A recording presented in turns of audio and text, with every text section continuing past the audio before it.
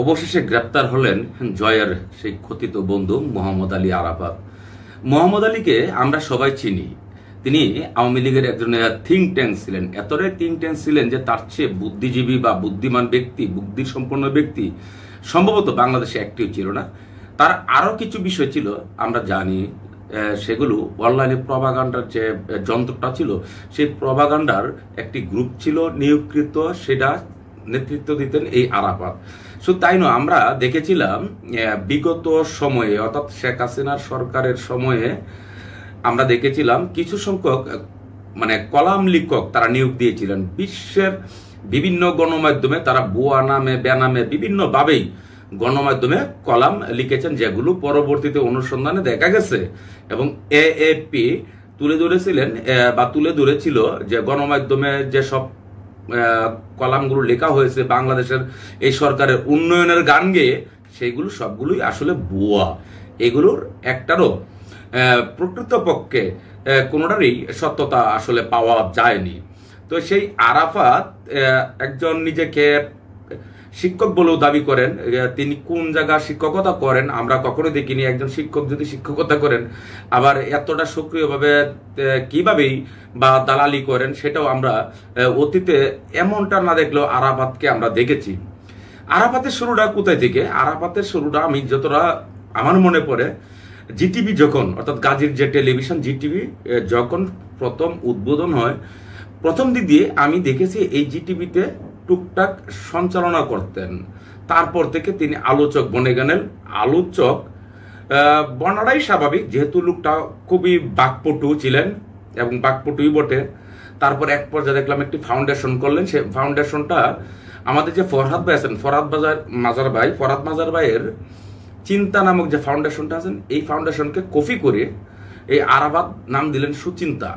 সেই সুচিন্তা ফাউন্ডেশনের মাধ্যমে বা এই সুচিন্তা ফাউন্ডেশনের মাধ্যমে দেখলাম আমরা বেশ কয়েকটি তিনি অনুষ্ঠানও করেছেন, এমনকি চীনমন্ত্রী সম্মেলন কেন্দ্র করেছেন, যেখানে সরাসরি হাসিনার সেই পুত্র জয় সহ আরো অনেক সাংবাদিকরা সেখানে উপস্থিত হতেন, অন্যান্য ব্যক্তিরা, গণ্যমান্য ব্যক্তিরা উপস্থিত হতেন, শিক্ষকরা উপস্থিত হতেন।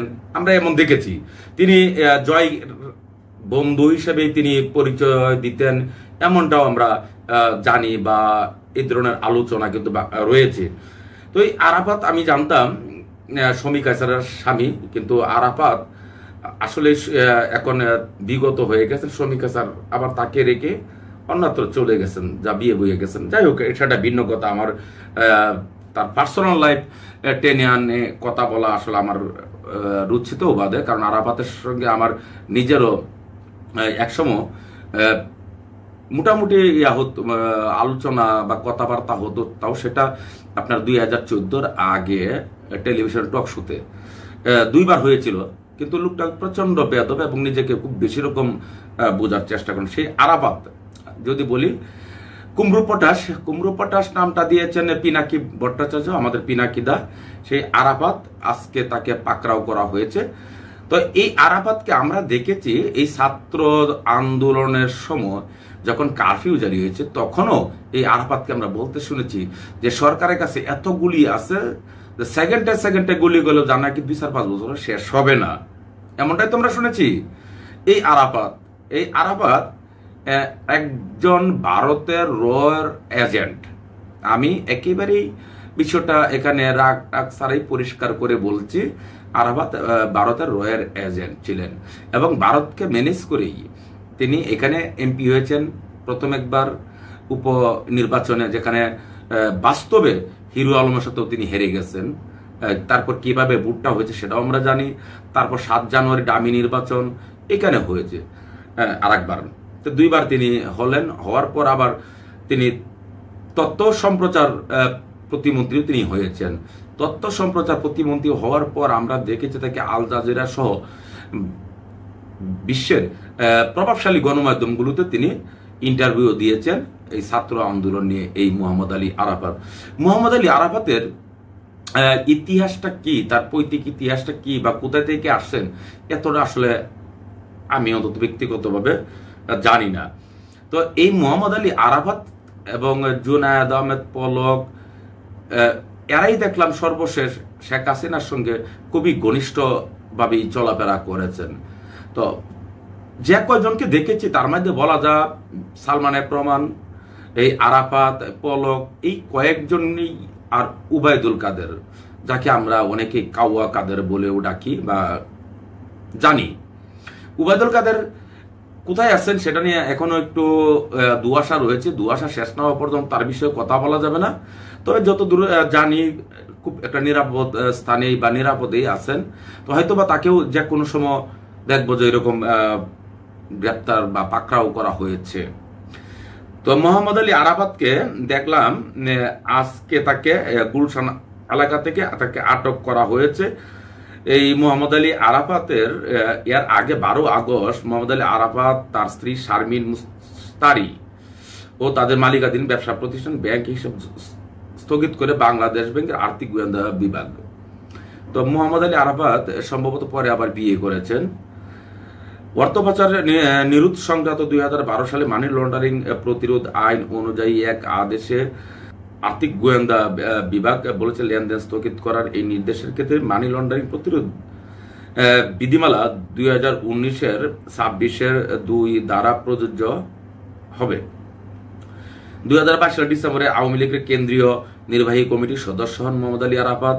2023 সালের জুলাইয়ে তিনি প্রথমেই এই যে ঢাকা 17 আসন থেকে প্রথমবার মতো নির্বাচিত হন।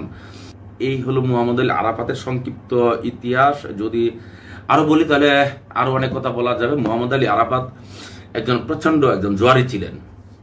জুয়ারি বুঝেন তো, সব বিষয় নিয়ে তিনি জুয়া খেলতেন, অর্থাৎ বাস্তবেই তিনি জুয়া খেলতেন।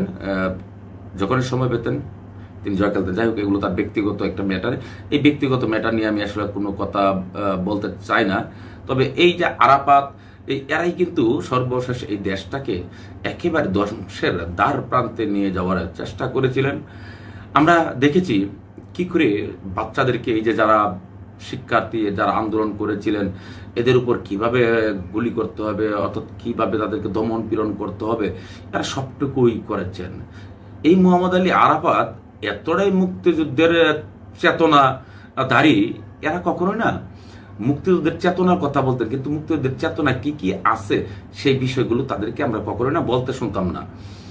আমি গতকালকে সর্বশেষ একটা টেলিভিশনে ডিবিসি নিউজ, একটা টেলিভিশন আছে, এটা হলো ইকবাল সুবহান চৌধুরী।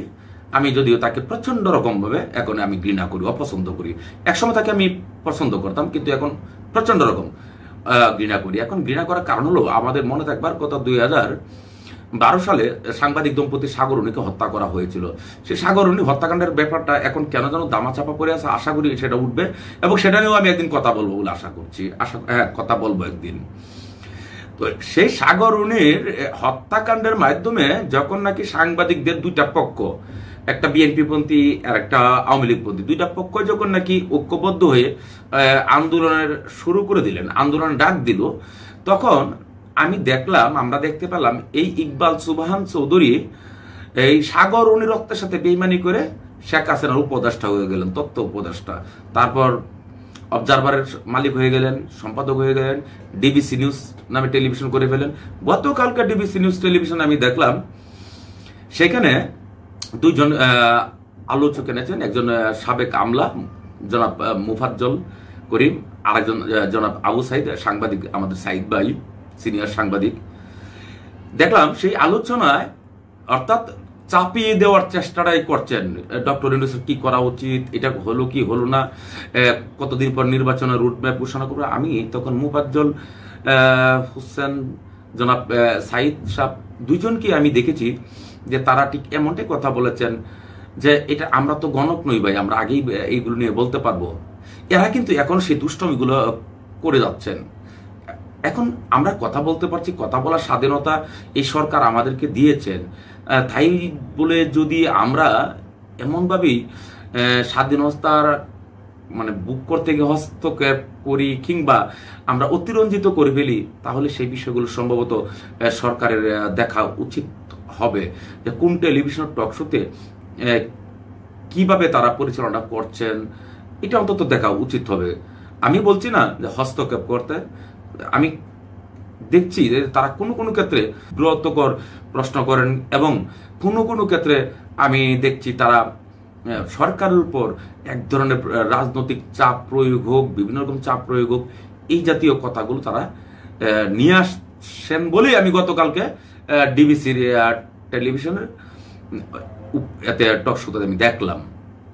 তো যাই হোক, আমি আশা করি এই যে মোহাম্মদ আলী আরাফাত সহ অন্যান্য যারা আছেন, যত আরাফাত আছেন, যত আলীরা সাহেবরা আছেন, সব আলী সাহেবদেরকেই এইখানে পাকড়াও করা হবে, এবং তাদের কার কি আছে অর্থ সবগুলো বেরিয়ে আসবে বলে আমি বিশ্বাস করি।